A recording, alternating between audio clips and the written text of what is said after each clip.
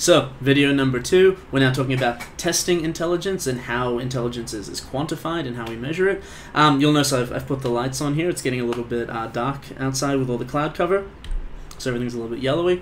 Now, everyone is, for the most part, in the Western world, familiar with the concept of an IQ test. Even though, decreasing numbers of people have actually taken direct IQ tests these days. We tend not to be as hung up on it as people were in the 90s and things like this. But what I'm going to explain here, I'm not going to go exhaustively into the history of this, but to understand why IQ tests are the way they are, why intelligence testing is the way it is, we have to kind of look at its dual legacy. There were kind of two big figures, at least in the Western tradition back in the day, that made testing of this sort the way it is because of the different goals they brought to play on this. The earliest figure is Sir Francis Galton, who basically started a program of mental ability testing, initially in order to do military recruitment, to try to get people of better mental acuity and filtering them out, for military purposes from people who could not follow instructions as well. This is what Sir Francis Galton looked like. He was a real old-world polymath, came up with a bunch of weather things, a bunch of statistical tools and things like that as well.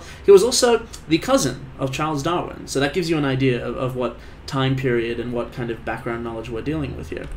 So, in addition to his work of pioneering, the statistical practice of correlation, which we rely on so heavily these days, Galton was very interested in this idea of measuring people's memory acuity, measuring their reaction time, how well they can solve puzzles, as a way of quantifying their mental abilities relative to each other, to try to get the best and the brightest for military purposes, things like this. But while Galton was working on this, there was a parallel tradition that was also being developed, mostly in France. The main figure we talk about with this is the French psychologist Alfred Binet.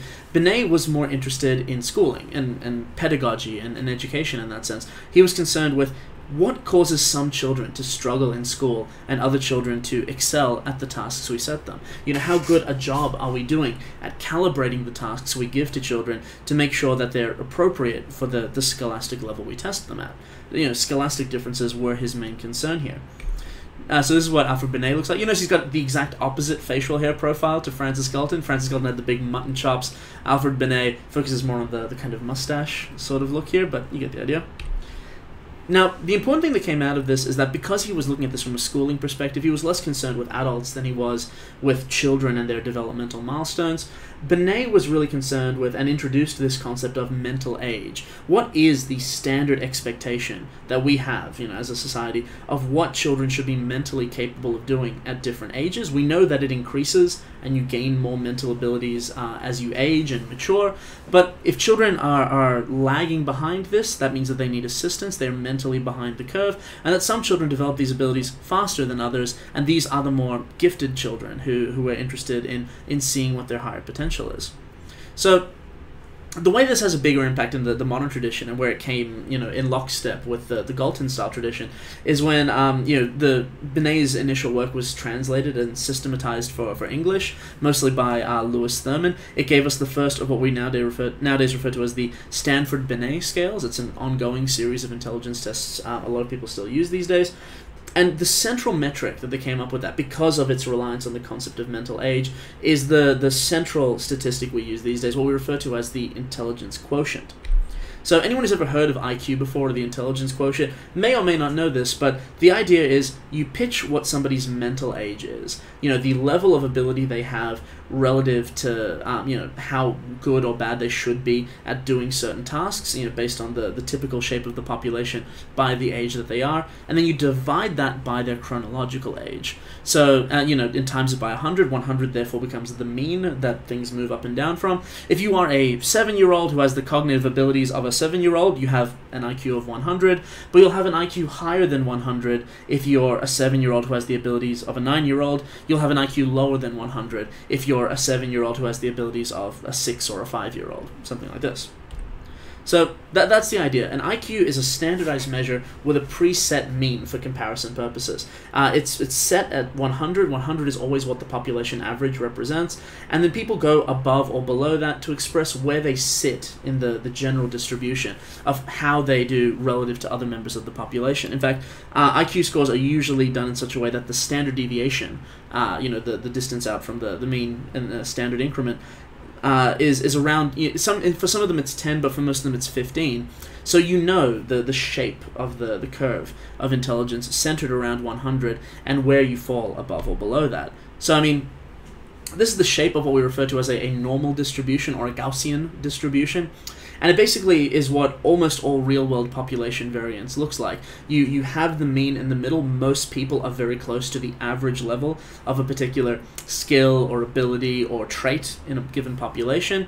And then most people are within what we call one standard deviation of that mean. So for the purposes of IQ, that would be within 85 to 115 around the mean. 68 or almost 70% of people will fall in that range. Then you go 2 standard deviations out and you only get 4% altogether. Sorry, not 4%, that's 2 standard deviations out. You go further out and then you get only around 28% or so collectively of people who are, between 70 and 85 or 15 and 115 and 130, and then you go an additional standard deviation out. You're more than 2 standard deviations from the mean, and then we're talking about only around 4% of the population is below or above that, and even then you go further out still. You get vanishingly small amounts on either side.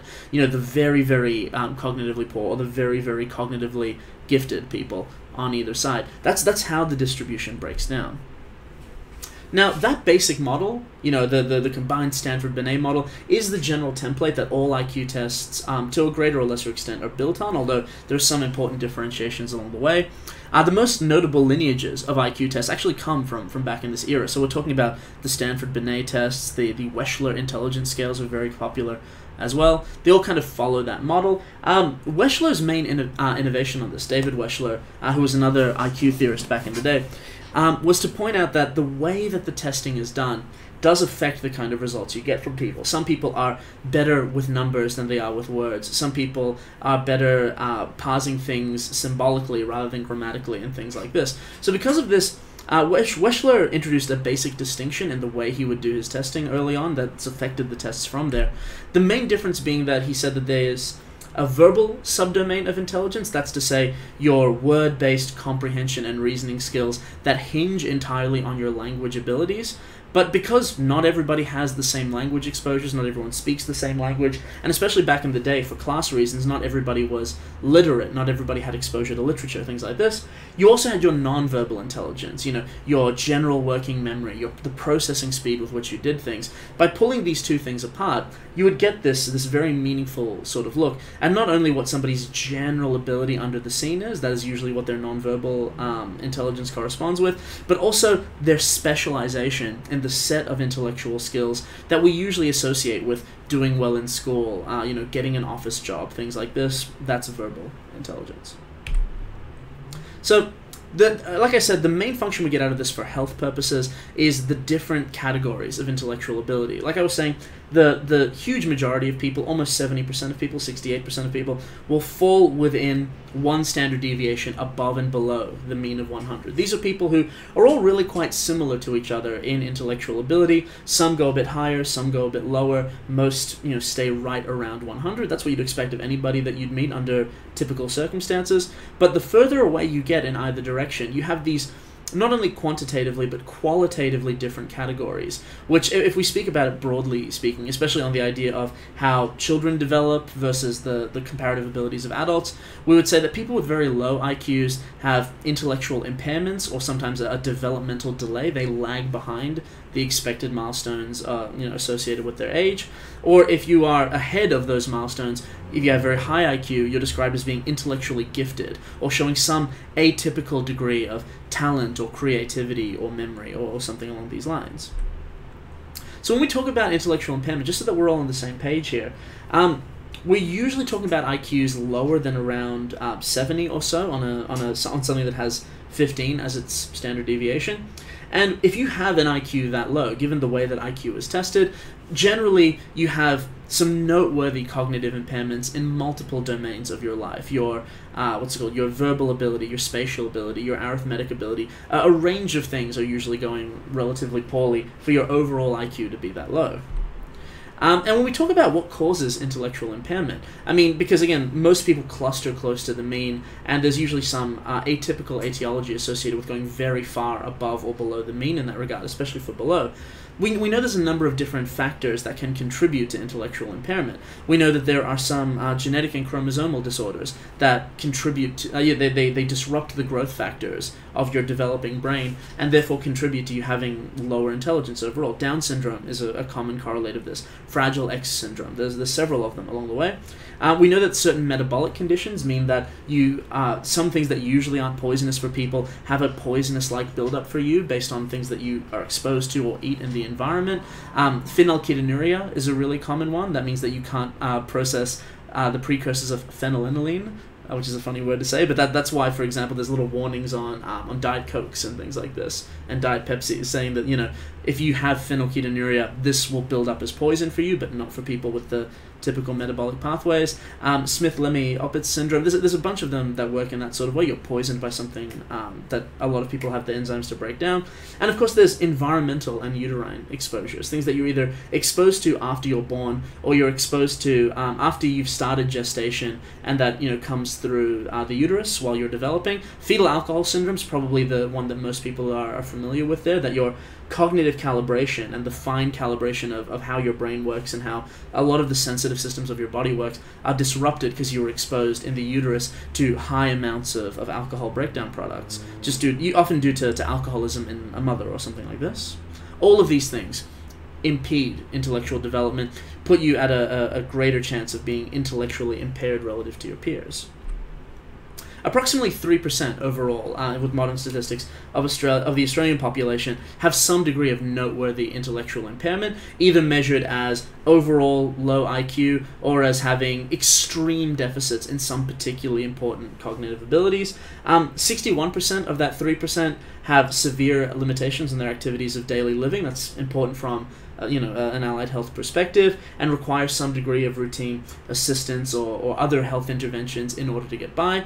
It's not uncommon, these numbers might seem a little bit large for some of you. It's not uncommon for people to experience some degree of intellectual impairment. There's a noteworthy section of the population that has this. It just goes undernoticed for the most part, because having these kinds of impairments usually gets in the way of your ability to engage with public life to the same degree that that somebody in a more typical developmental trajectory would.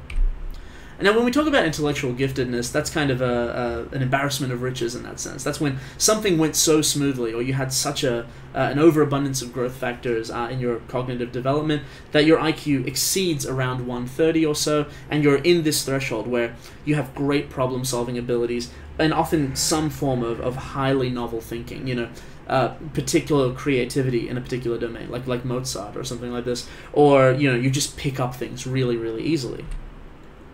Now, Western countries put a very big emphasis on people who have these kinds of abilities. Under capitalism and individualism, we're very concerned with finding the best and brightest and raising them up through meritocracy to get the most out of their abilities.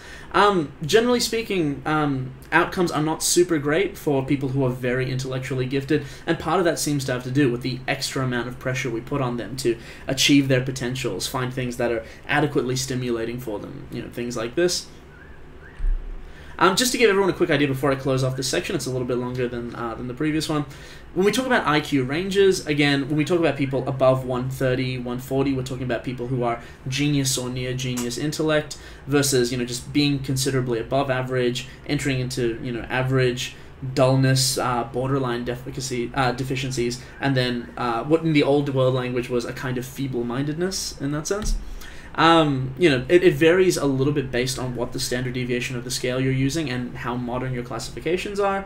And if you just wanted to ballpark the general idea of what levels of intelligence we associate with people in different areas of life, if somebody has a doctoral level degree, a medical doctorate or a Juris Doctor, or their PhDs like myself and Diane and all of us are, you usually have quite high IQs. There's a sorting factor that goes into that. Average IQ of people of those vocations is around 125. People who graduate from college usually are about one standard deviation above the mean. People capable of attending college are at least, a bit above average.